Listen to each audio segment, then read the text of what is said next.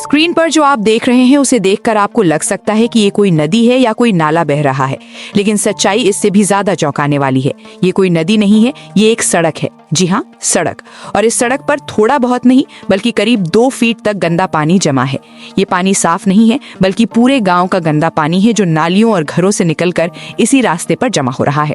ये तस्वीर है झारखंड के गोड्डा जिले के बसंतराय प्रखंड अंतर्गत कदमा पंचायत के मेदनी चक गांव के रविदास टोला की, जहां के लोग आज भी मजबूरी में इसी गंदे पानी से होकर गुजरने को विवश है। सोचिए, जिस रास्ते से रोजाना बच्चों को स्कूल जाना है, बुजुर्गों को चलना है, महिलाओं को आना जाना है, उसी रास्ते पर गंदगी और बदबू से भरा हुआ पानी जमा हो और लोग उसी में घुसकर निकलने को मजबूर हों।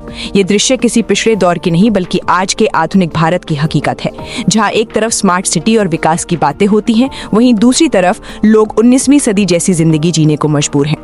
अब जरा इस खतरे को समझिए।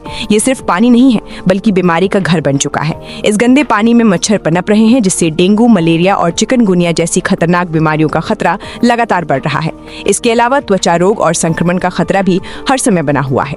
यानी ये सड़क अब सड़क नहीं रही बल्कि एक चलता फिरता खतरा बन चुकी है, जहाँ हर कदम पर बीमारी और हादसे का डर है। स्थानीय लोगों की माने तो उन्होंने कई बार प्रखंड विकास पदाधिकारी से शिकायत की, नेताओं के पास गए, जनप्रतिनिधियों से गुहार लगाई, लेकिन हर बार सिर्फ आश्वासन मिला, जमीन पर कोई ठोस काम नहीं हुआ। हालत जस की तस बनी हुई है। अब सवाल ये उठता है कि आखिर जिम्मेदार कौन है और कब तक ये लोग ऐसे ही गंदगी में जीने को मजबूर रहेंगे। ये कोई दूर दराज का जंगल नहीं है, ये वही रास्ता है जहां से होकर प्रखंड मुख्यालय तक अधिकारी और कर्मचारी गुजरते हैं।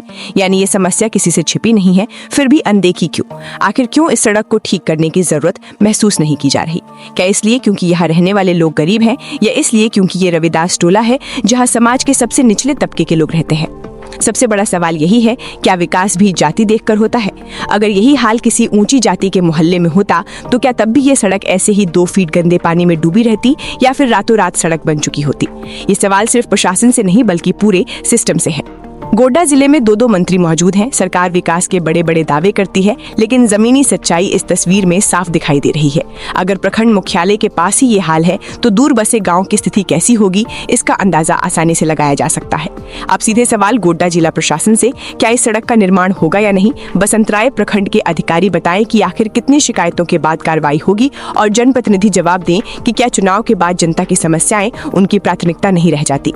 ये सिर्फ एक सड़क का मुद्दा नहीं है, ये लोगों के स्वास्थ्य का सवाल है, ये सम्मान का सवाल है, ये उस हक का सवाल है जो हर नागरिक को मिलना चाहिए।